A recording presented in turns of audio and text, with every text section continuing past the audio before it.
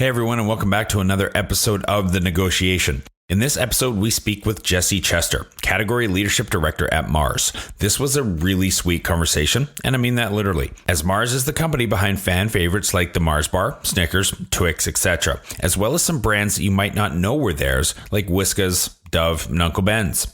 We talk about how the Chinese market treats confectionery and sweets when compared to North America. We talk about what the differing tastes and preferences such as texture are for Chinese consumers and what some of the unique flavors were that they created just for the Chinese market.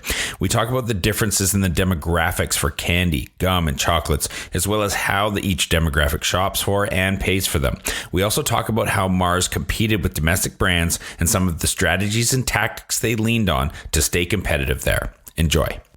It's become very much a pay-to-play game. So if you have the budget, you can get access to it. But if you don't, then that's data that you don't typically have. So as you work with Ollie, you can buy into their different campaigns. You can buy into different segments that you want to track. And that's one of the challenges that we have, as you build your business over there, is that's taking away from margin that typically you didn't have to spend on.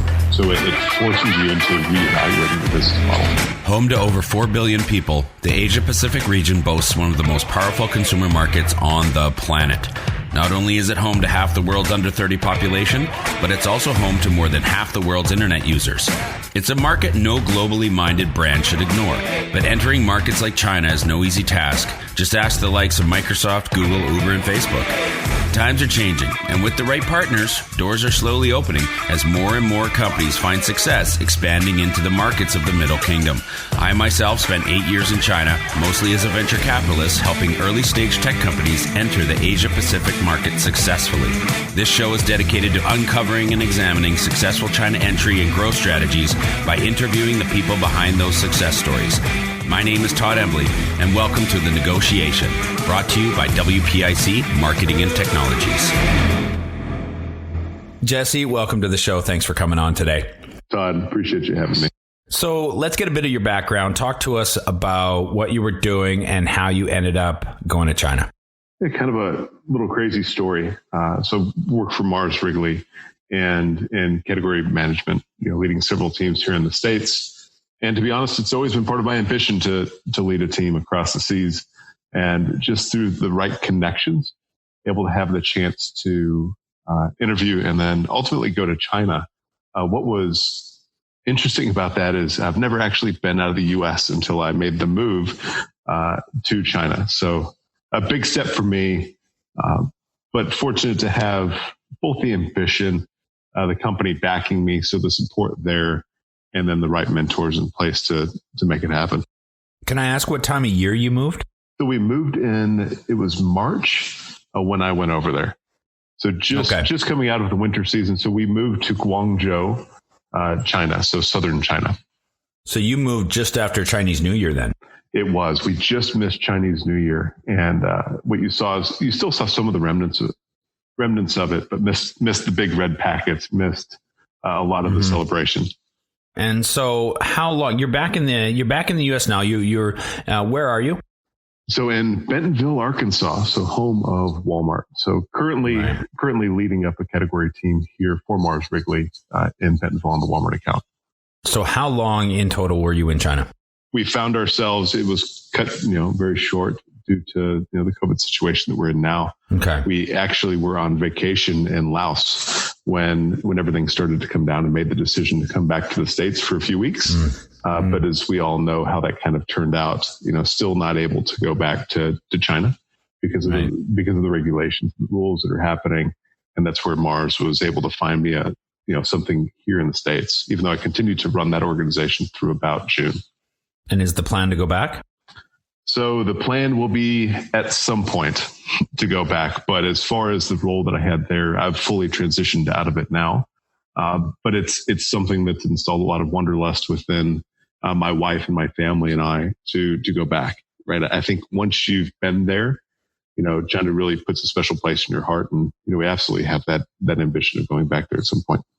Admit it. You missed the food. I actually do. And funny enough, my wife, who didn't like it for the longest time, now craves some of it. So it's that experience, right? When you're when you're so far away from what you're used to doing and almost being, and the way that I think we were pulled out of it at such an abrupt time, it creates a hole, and we miss it. Can you tell us a little bit more, kind of in detail, what your role was and your interaction was with the market there? Yeah, so my role was leading the category leadership organization.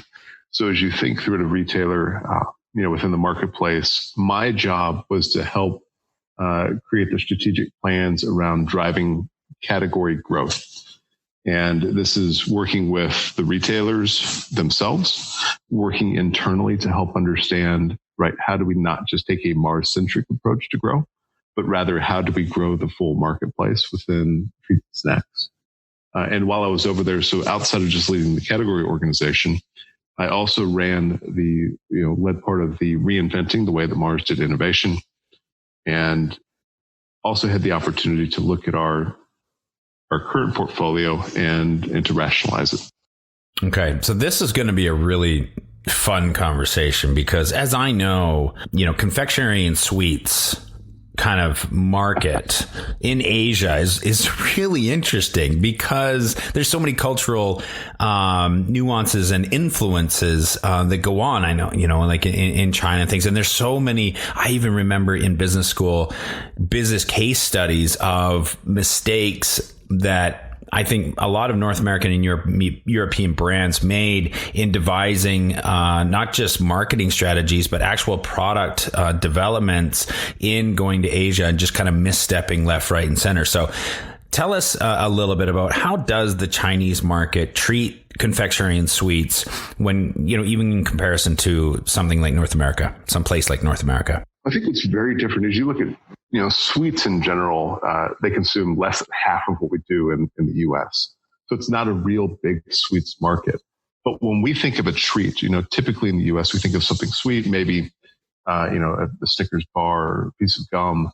In China, that can be everything from the Snickers bar to, a thing of corn to a bread roll, right? Their definition of snacks is much, much broader. And when you talk about even the flavor profiles, right, it's everything from fruit flavors to tea flavors, some traditional flavors that you would find in the West, to some really exotic for us, like durian. So it really runs the full gamut. And I think their expectation, as we talk about some of the nuances between the two, right, what works in the West is not always what's going to work in the East. And a lot of that is due to their, just that historical diet that they really try to, achieve, or the way that they look at it, right? Food is much more part of medicine for them than it is for us in the West.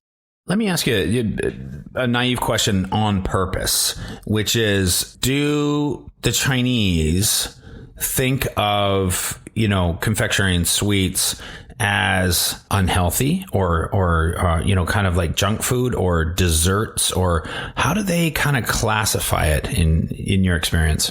In my experience, in versus the West, so I'll compare it back versus the West, where in the West, we're seeing a negative trend and a negative viewpoint of that.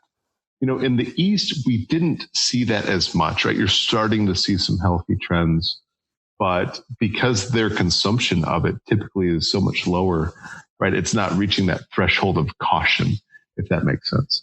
You mentioned how different it is perceived in the West than the East, although the East is starting to trend towards that same perception. How does that influence marketing the products that you were taking to market there? Yeah, I think some of the ways that you go to market are very different. So the KOLs, right, the key opinion leaders online on the online platforms play a much bigger role there than I think they're playing in the West. So that's one way. And then as you look at some of the marketing itself, so whether it's the holidays, getting really connected into the holidays, or some of the events. So Teachers' Day in China is really big, and it's big in confection because it's teacher, or be able to treat and gift. So it's an occasion for gifting, where I think there are many more micro seasons or micro occasions in China to be able to bring that kind of natural habit, that Chinese habit of gifting out, and maybe what you would see in the West. With regards to messaging and the copy, anything that you can point to that you needed to be aware of, or something that you could tease out to almost inform and educate our audience about? So as I think back, and I genuinely can't think of any specific examples, but I know, some of the things that you need to watch out for is the wording or the way that you're tailoring the message. A lot of our sayings from the West that you would think would be able to translate, either do so really roughly or just completely not understood, and vice versa. And then as you look at, maybe as I think through some of the other types of messaging or the way that we would, brand the product, just trying to do so through a really, truly a Chinese lens. And we were fortunate, having offices. China's a big business for us, that, we were running a little bit more autonomous maybe than some of the other regions because of that need for that Chinese perspective. Now that we've kind of dealt with the senses of sight and ear, or listening, I should say, let's move to taste. Okay. Now, just tell you about how would consumer preferences differ specifically around tastes and flavors and maybe even smell? I don't know. How did you account for those in the role that you were in while you were there? So one of the things that matter most in China, it's, taste matters, but texture and flavor are some of the most important things that you can do. And that's one of the issues, maybe not issues, but one of the challenges with chocolate is it's that texture. And the traditional Chinese, they don't like that hanging around the mouth, around the tongue. So we spend a lot of time on texture, spend a lot of time on, really getting into what are the right flavors. So you had, a lot of the teas, a lot of the, say matcha, jasmine, you had those flavors pop up, whether it's in gum, whether it's in chocolate. Like I mentioned, I think some of the fruity flavors that they have. So those were big. But then as you continue to look through packaging, so beyond just flavors, packaging plays a big role there, right? Because of the gifting aspect of the Chinese, and I think also the newness, their want for innovation. So packaging actually plays a big role within that experience as well, more so than it does in the West. How did you overcome the understanding barrier? Like, how were you innovative? Were you able to run trials and do testing? How did you do that or run that in China to be able to learn quickly and get up to speed? Did you hire in the knowledge? Did you go and just be willing to kind of fail fast and iterate and learn and then rejig? How did you go about that? Yeah, so I'll look at it as both the company aspect and me personally, right? Me personally going over there and being able to understand the marketplace. As a foreigner, they were asking my opinion a lot of what did I think of the innovation, and I had to stop myself from answering because I know that it's so different over there. So it was really turning it back around and getting them to answer and then getting them to understand, right? How can we search the answers and who do we need to talk to? Who are the consumers for this product? From a company standpoint, very fortunate that, we have a Chinese organization there. So it wasn't, I think, as much of a hassle for what we wanted to develop for the Chinese market. Where I think the bigger challenge was as we were working back internally, back within our global business, to get them to understand the differences and truly understand why a Western new innovation wouldn't work in China. But on the flip side of that, why some of the stuff in China would work through the rest of the world, and working on that balance there.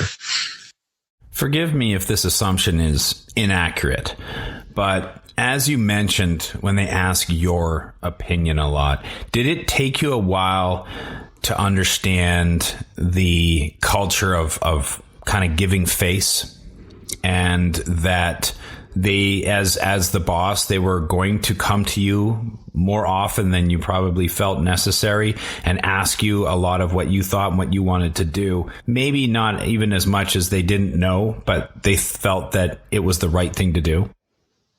Yeah, so that is one of the bigger challenges that I faced there, and it's part of that, and then also how they look up to authority, and it's something that we had to consciously work through and discuss with the team. Many times in the conversations I was having with them, we'd have to bring that up. And as far as another point on the losing the face or keeping the face, how I dealt with it was just, how do I just be as vulnerable as possible to almost provide that roadmap or that example that they could then almost recreate themselves to, one of the problems that you face, I think, when dealing with the Chinese is everything is great, even if it's not, because they don't want to lose that face.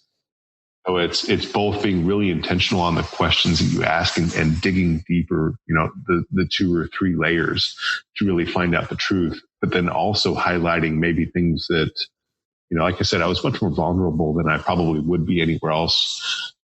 And failures that I had or things that weren't necessarily working, just to show them that it's okay.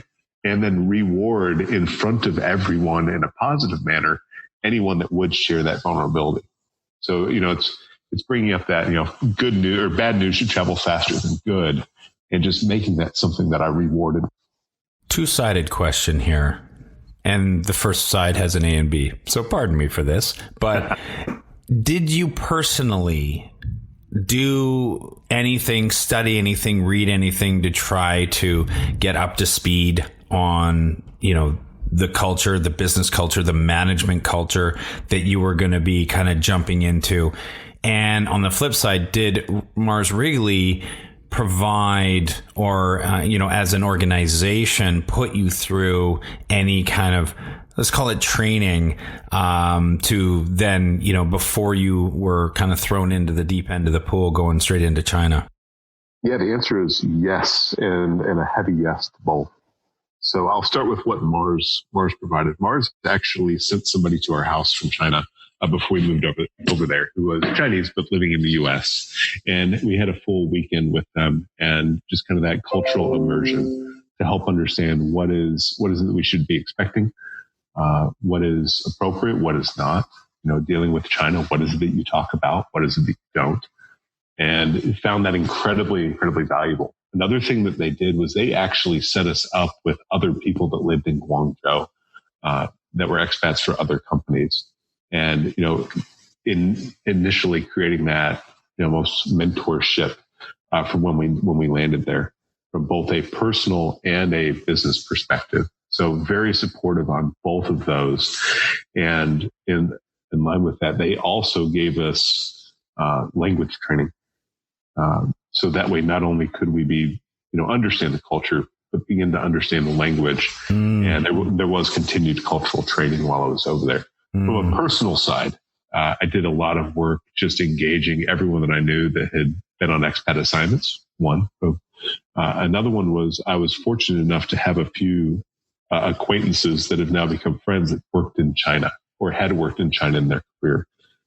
Typically, around the early 2000s. So very fortunate to get them as mentors and to get their advice. So not only when I was, getting ready for it to help me make a bigger impact when I got there, but then also right through the highs and lows while I was there, which I found really helpful as well.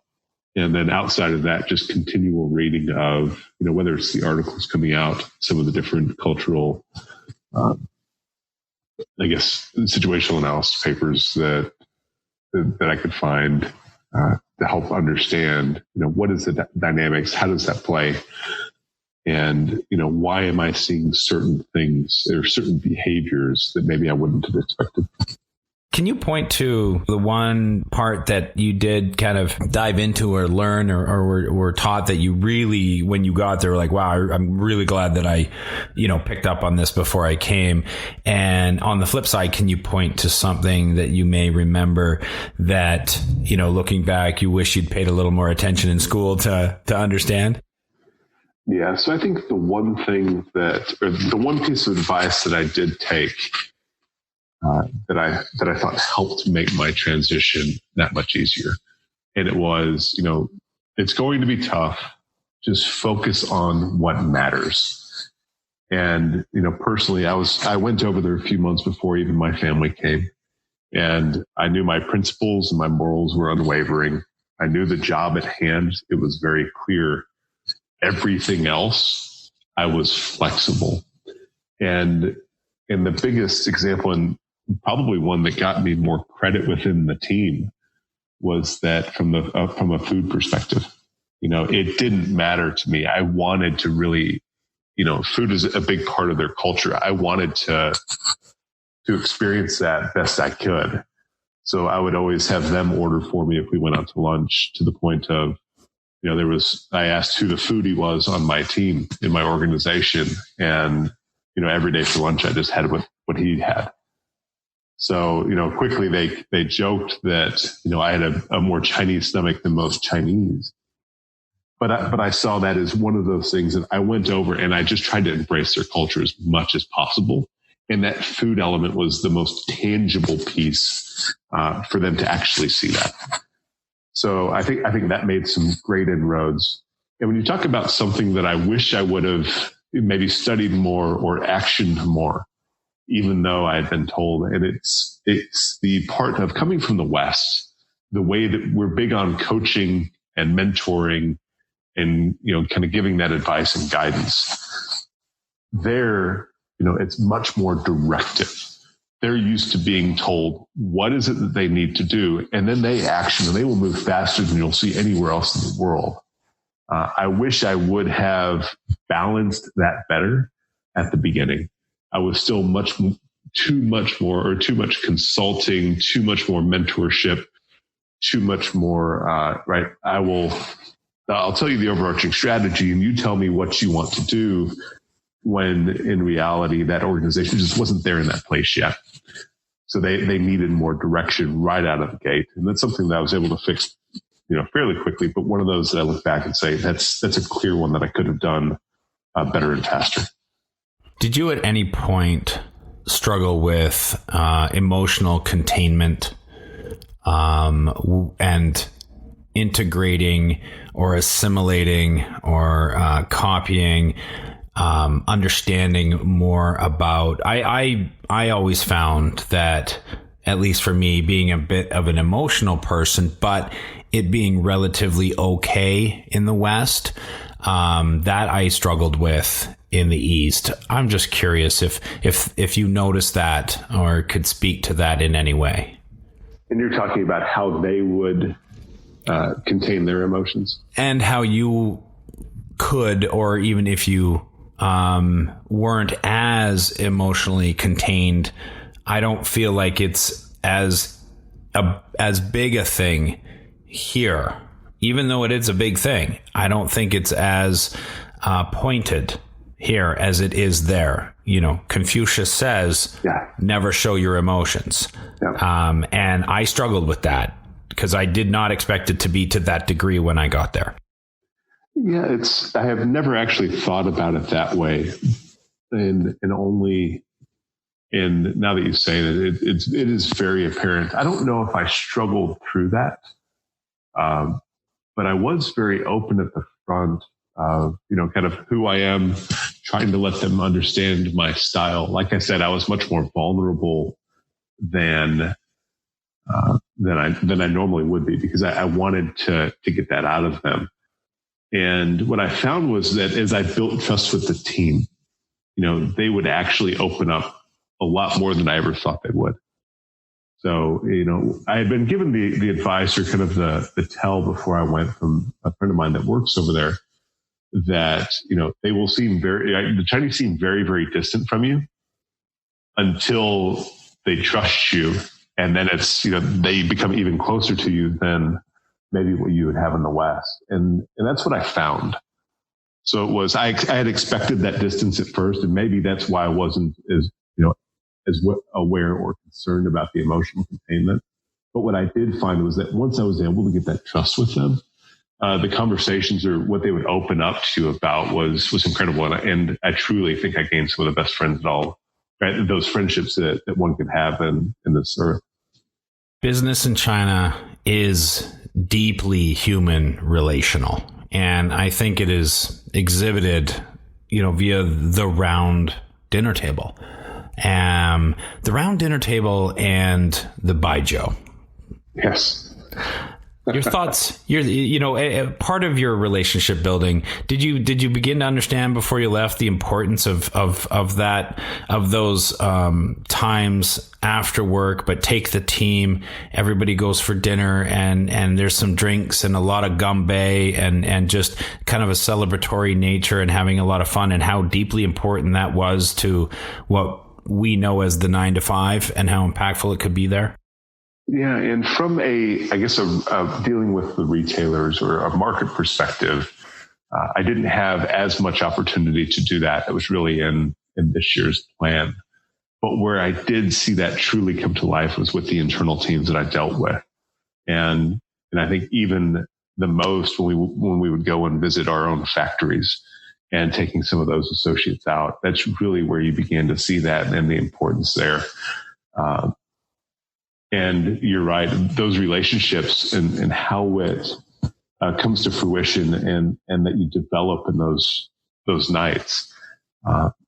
Looking back, those are some of the better relationships that we had, both, I think, personal, but as we look at moving the business, what you're saying is absolutely true. Tell us a little bit more about those trips to visit, the factories. What was their size? What was their technology level? What were the working conditions and what was the relationship with factory managers like? And what was just your overall impression, even like your first glance when you first arrived and your first thoughts to what you learned about, your factories and the manufacturing in general later on? Yeah, one of the things that I was amazed with is, how modern our factories are over there. So Mars, we have 5 principles, and one of them is quality. So we take it very, very seriously. So state-of-the-art equipment, we would, really, in my mind, do right by the factory associates. So they had an esteem. They felt like they were really important, where in other organizations, maybe not so much. But with that, so as I was saying, right, I think great standards, they felt important within the organization.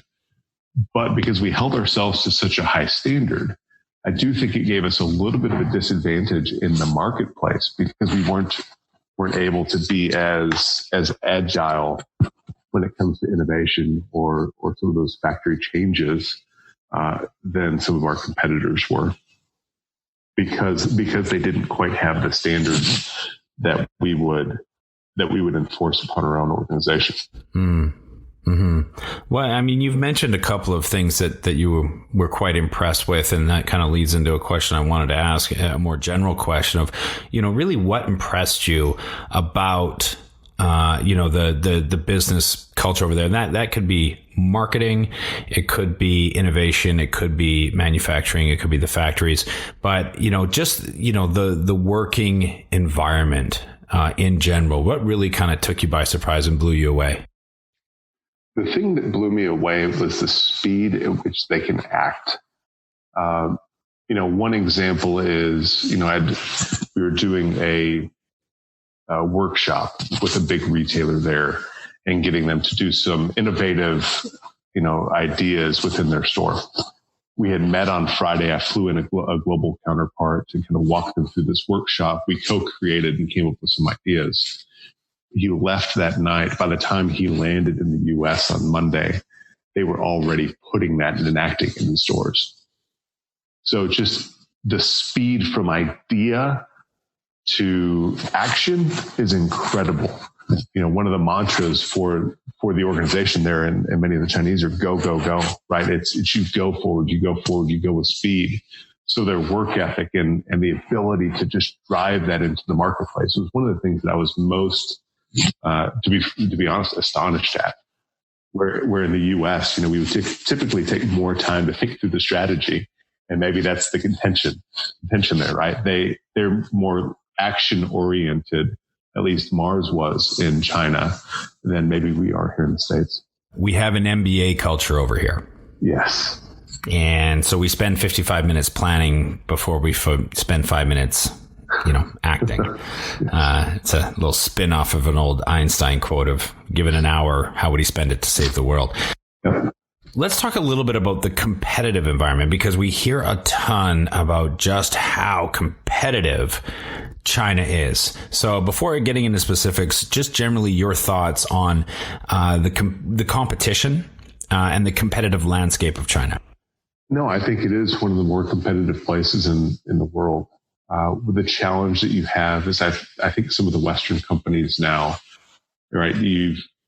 China's in a place now where they're not in awe of the West, right? You've seen their own product, what was traditionally, even by their standards, considered inferior, where an outside product would be superior. You're seeing that flip on its end now, where with some really strong competition in the treats and snacks category specifically, there's a company called Three Squirrels. I think they've been around about 7 years, but now they're let's see here. They're it's a great name, by the way. Three Squirrels for treats and snacks. Squirrels, and they've become a massive company within China, and they were completely online.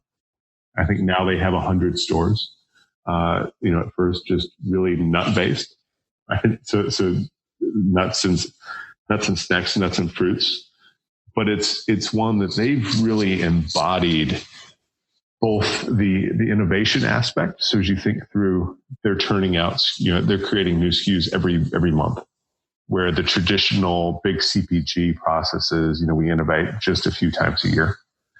Another one is, what they're doing really well is also packaging. Right? They've taken and made that part of the customer experience more so than a lot of companies. And they've quickly been able to create a brand equity within the Three Squirrels and, their mascots, if you will, that really resonates within the Chinese culture. So with that said, you're seeing some of the homegrown, new companies really pick it up.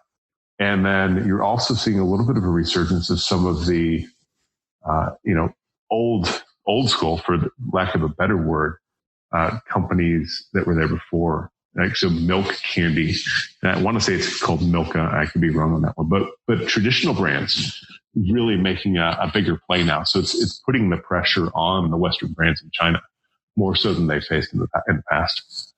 How did Mars Wrigley compete with domestic Chinese brands like you just mentioned, Three Squirrels, if at all? To what nature? I don't mean it to be a combative style of question. I'm just curious, and just a little bit about your strategies and tactics that you leaned on. Yeah, I think for us, what we have, and part of my being over there, right? Mars is a massive global company, right? I think in today's world that can be a disadvantage because we don't have the agility as a smaller company. But what we do have is, a global scale, a global footprint, a bigger, as we look at research for the future, a bigger budget there. And, one of the things that we were able to do very successfully is take a few pieces of best in class work and apply those to China to really drive results. And you saw that at the front end, as we introduced the queuing system and really made that work to drive the business. And that was taken from the US. And as you also look at, some of the research that we were able to do to help drive the category. So from a retailer standpoint, so building that, relationship with the retailers, or continuing that relationship with the retailers that the new competitors don't have.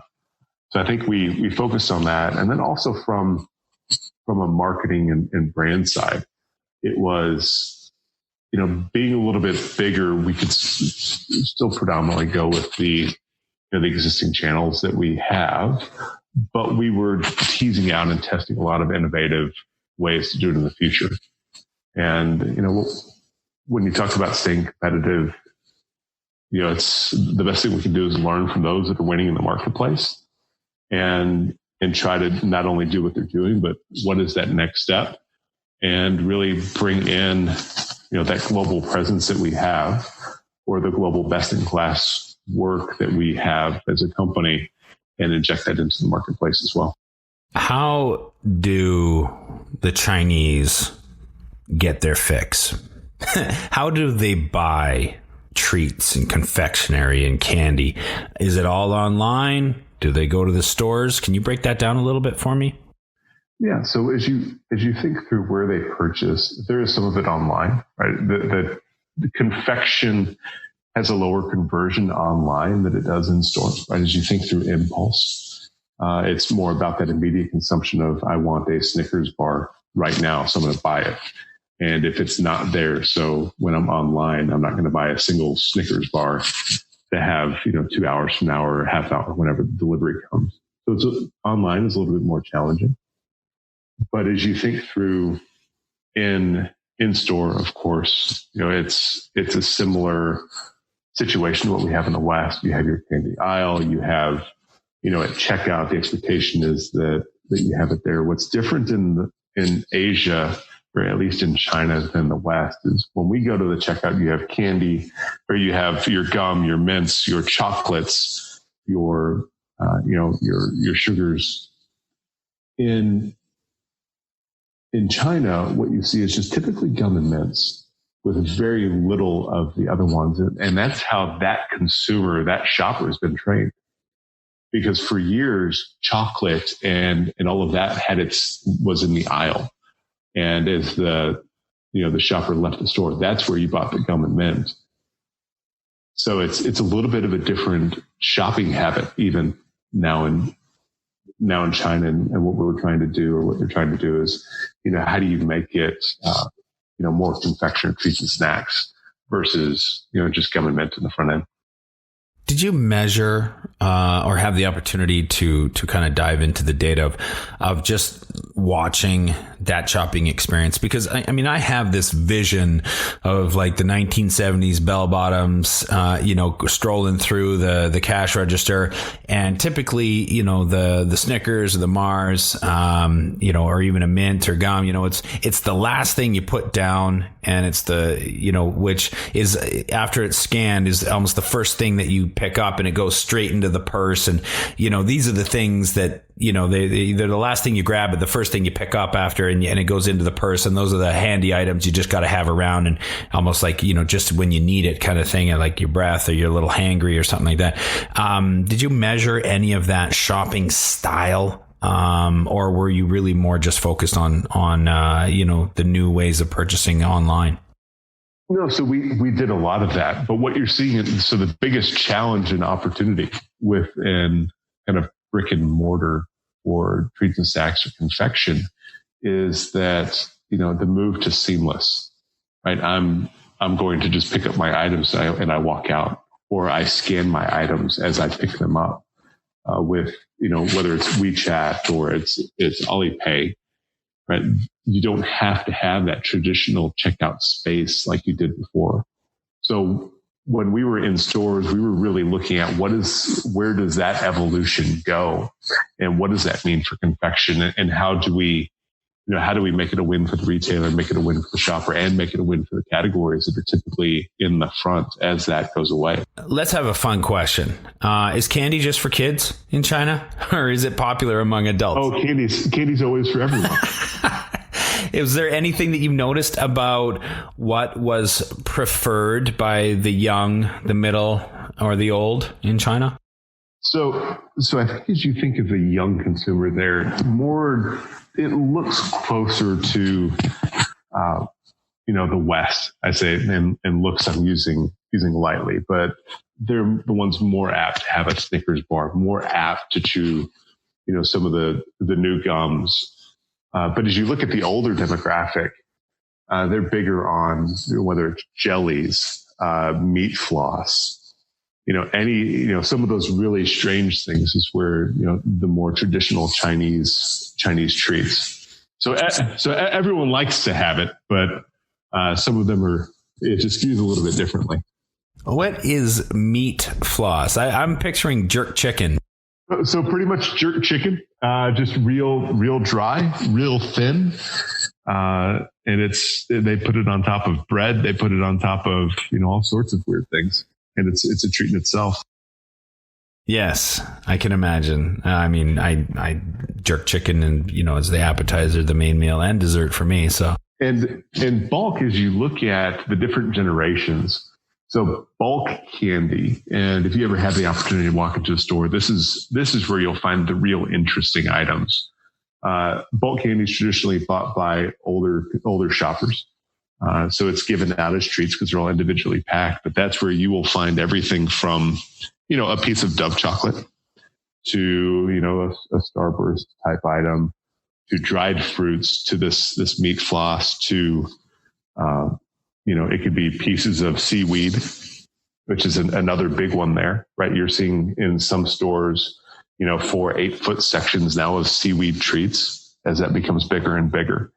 So that's really where you get to have some fun and try some things out there. It's interesting. Dove was huge. I remember that now when I was in China. Can you point to some other SKUs, in the basket that you guys have that really kind of have a much larger market share there than they do here? So Dove is a prime one. Extra. So as you think through some of the gums, Extra 5, Double Mint is really big there. Let me think through. Those are really the bigger ones. And then some of the ones that you see, I guess, growing. Snickers, of course, is making a big play there. Has ever since the Olympics last time it was there. And those are the big brands that we have. I would imagine in a place where the one child policy, the old Double Mint, Double Twins advertising probably wouldn't have played as well there. But it's one that I don't know if they use that advertisement now that we talk about it, but it's because Wrigley was one of the first Western companies to really go over there after it was open. Yeah. So Double Mint is still one of those massive brands, and it's a little bit on the value spectrum when you think of gum, but still resonates with a lot of shoppers over there. Can you speak to customer data collection? It's got to be huge there. What, speak to it from your industry point of view. How much data was there? How did you collect it? What did it look like? Yeah, I think coming from the West, what you're able to get in China will blow your mind. Because over there, you really have two kind of digital platforms. It's Ali or it's Tencent, and all of the retailers are connected to them. You have all of the social media platforms are connected to them. And what you're seeing is that not only do they know what you're buying, what we would see here in the West, right? We would get retailer data. But working with Ali or working with Tencent, you could begin to use the data of what are they looking at? What are they watching?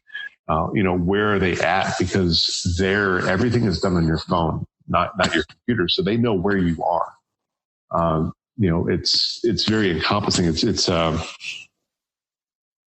ultimately they almost know everything that you do, and how you begin to utilize that then is, can you set up, beacons so that when you're within X amount of range of a store or even in the aisle, you can begin to flag and send coupons, send reminders of picking this up.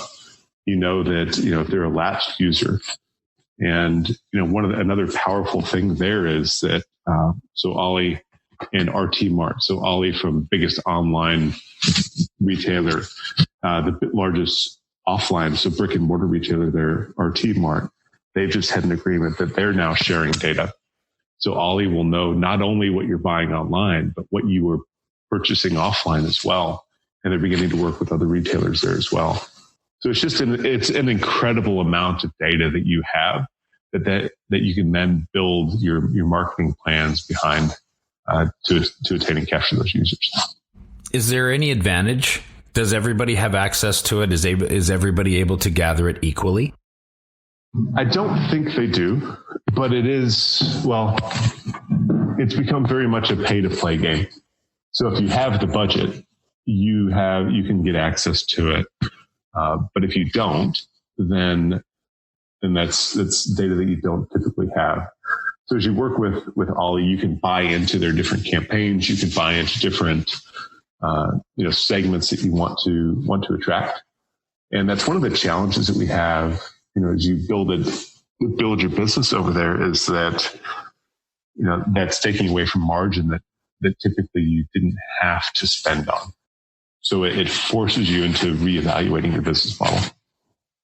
Have you had to work up the chain a little bit as you started to discover the importance of it to convince maybe some of the North American seniors to get into that? I think it's one that I don't know if you have to convince them. The problem is you have to figure out how can you make it work sustainably. Everyone conceptually understands the reason why and its importance. But when you have to figure out how do you pay for it now, it makes you evaluate things a little bit differently. And it makes you go back to your business and make the decisions, right? Is it worth the trade-offs, right? I know that I can get this, but at what cost? And I think that's where you see, I mentioned Three Squirrels. They've built their business online, and that was part of their initial business model. When you're looking at existing CPG companies, right, that cost isn't inherently built in, but it's becoming, almost a must-have for the future. So that's where, businesses are just having to make, certain decisions, whether they're going to or not, and, at what level, and then what are the trade-offs that they're willing to make to be able to accomplish it. So you're saying it's competitive table stakes. I think it is competitive table stakes. Well, this has been absolutely fantastic, Jesse. I can't thank you enough for coming on the show. It's been a great conversation, and I really hope that you and your family get back to China soon and get back to some of that food that you love. God, I appreciate it. It's been an absolute blast from my side. Growing a company is hard. Doing it in a foreign market, exponentially so. The best piece of advice I can give you is not to do it alone. When you start looking across the pond for further expansion possibilities, and I sincerely hope that you do, make sure you choose the right partners to do it with. My good friends at WPIC Marketing and Technologies have almost 20 years of experience helping brands just like yours enter China. I hope you enjoyed this episode of The Negotiation, and if you're interested in being a guest or want to connect with me or any of our team, please reach out to us at podcast@wpic.co. And be sure to rate, comment, and subscribe wherever you get your podcasts. 再见。